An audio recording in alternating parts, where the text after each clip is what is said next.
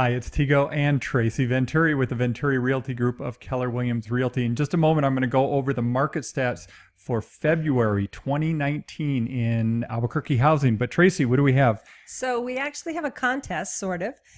We're giving away a Nest Programmable Thermostat for your home, valued at around $170. All you have to do to be entered into this drawing is to call us, answer one question about the market statistics that you're about to hear. Let me tell you what they are, what it is.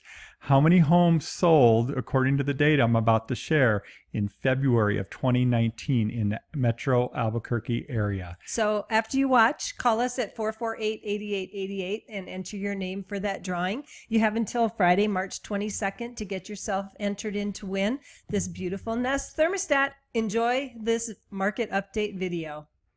I'm going to start right here. This is a number we don't talk about very often, usually doesn't come out in any of the news sources or stuff like that.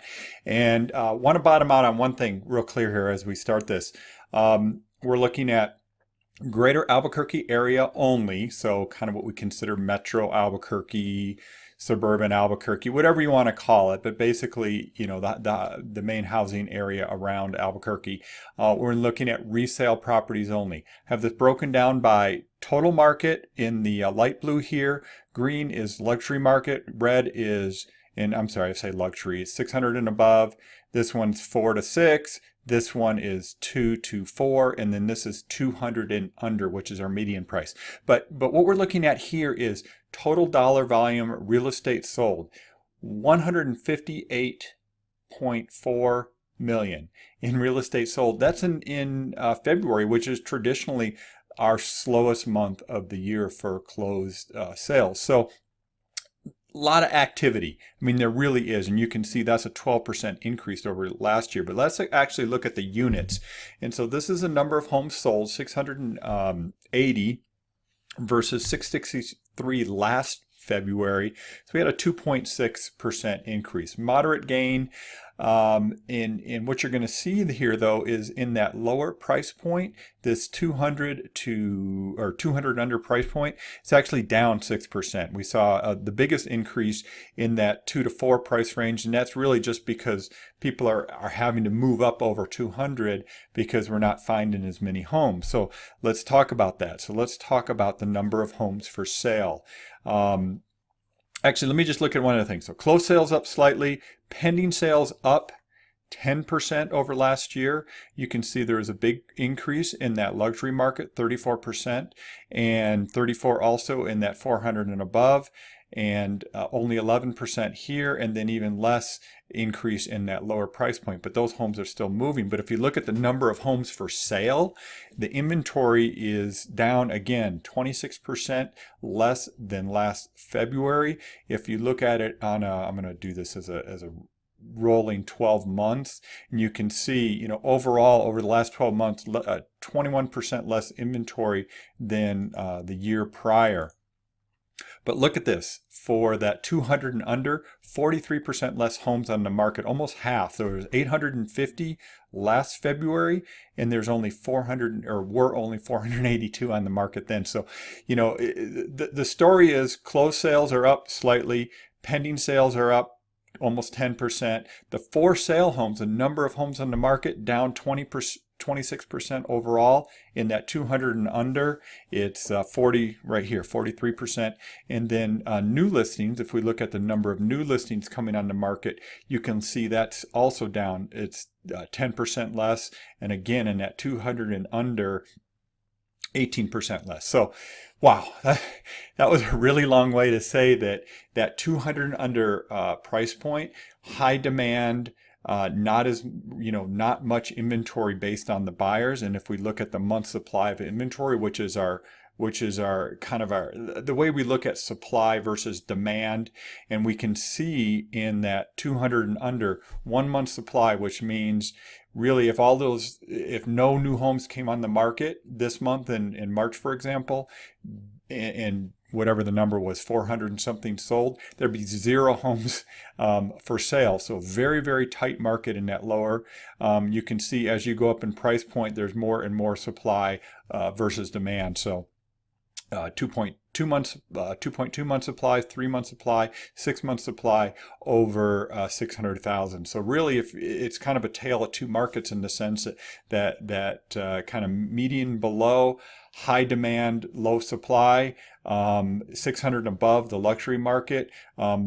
Good supply, decent demand, kind of a balanced market. You get up over, 900, a million, there's actually quite a bit on the market versus the number of buyers out there. So let's just look at prices real quick. Let's see, how long have I gone? We're at 5 minutes. We're at 5 minutes. Okay.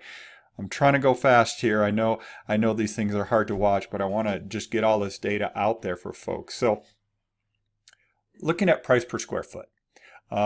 Price per square foot, I like to look at it because it's a good indicator of kind of price movement. If you look at, I've got average price and median price here, and you can see that, yeah, average price is up 10%, but that's average, right? And we already know by looking at the other stats there that more homes in the higher price point are selling in the lower end. So it's going to drive the average up. But if we actually wanted to know, like, okay, how much are homes overall in the entire market appreciating, price per square foot is a nicer, I think a better stat to look at for that. So if we look at February versus February, we're up 3.4% in price per square foot. But let's look at it this way. So if we look at this price per square foot number, and we look at the movement over a 12-month period, so that's last March through this, last February, we had a 4.3% movement in price per square foot. That's across all price ranges. But you can see if you look at like the lower, again, the 200 and under, almost 6%. This 2 to 4, about 1.6, 0.6. Actually, the higher end, 2.6. But, so when we see stats come out from, the plethora of different people that put out stats on what's going on in a particular market, they're going to give you a big number, may not even be as focused as this, meaning just the Albuquerque area. But you can see, yes, plus 4%. But does that mean if you have $1 million house, it went up 4% last year? Probably not, but if you're in that 200 and under, yeah, it may have, and may be more than that. Maybe it's more than like 6% increase. So it really just depends. Like we saw earlier, the demand is in that 200 and under price range.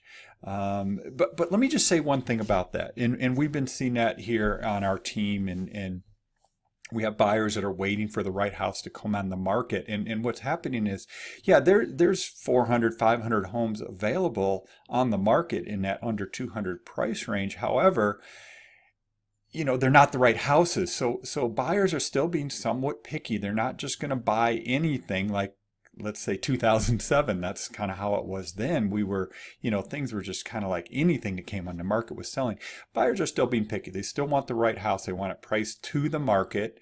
They're not going to overpay. I mean, yes, they'll pay over listing if it's a great house in a great area and it's very competitive for a home like that. Then yes, sometimes they get bid up, but we don't see that a lot. So, the takeaway is, if you're a buyer, be ready to move on it and get the offer in right away when the right home does come on the market.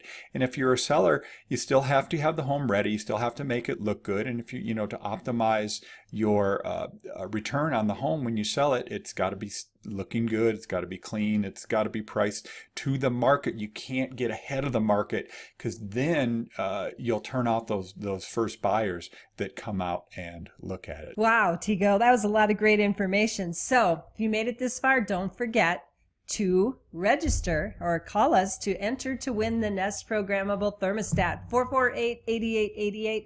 And you've got to enter by Friday the 22nd. So call us right now, get entered to win that, and we'll have a drawing. Talk to you soon.